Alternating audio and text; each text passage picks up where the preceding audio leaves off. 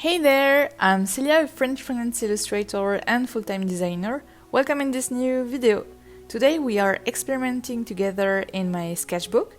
My sketchbooks are always pretty clean and well organized, but I often found them a bit boring, and I'm obsessed with the trashy sketchbooks with a lot of textures and cuttings and paint and other mediums.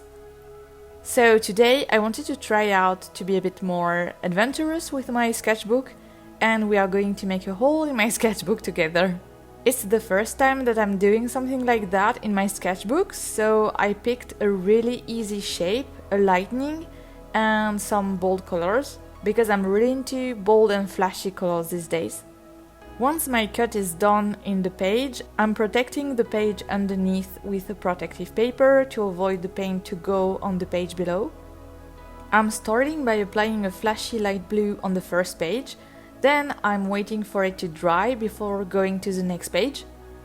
I really love how a simple design can stand out just with colors.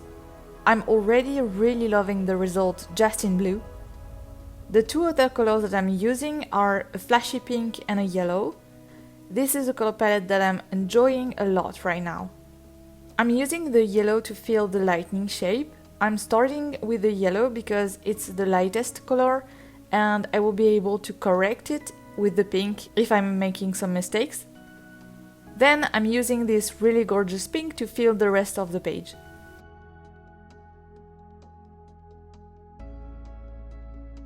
The result is killing my eyes, but I really like it a lot as well. And this is the result.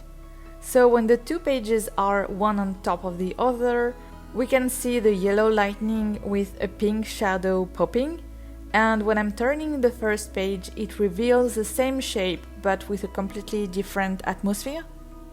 I love the fact that it's like two facets of the same artwork, and it was really easy to do. I can't wait to create more 3D pages in my sketchbook like this one. Thank you so much for watching, and I'll see you soon. Bye!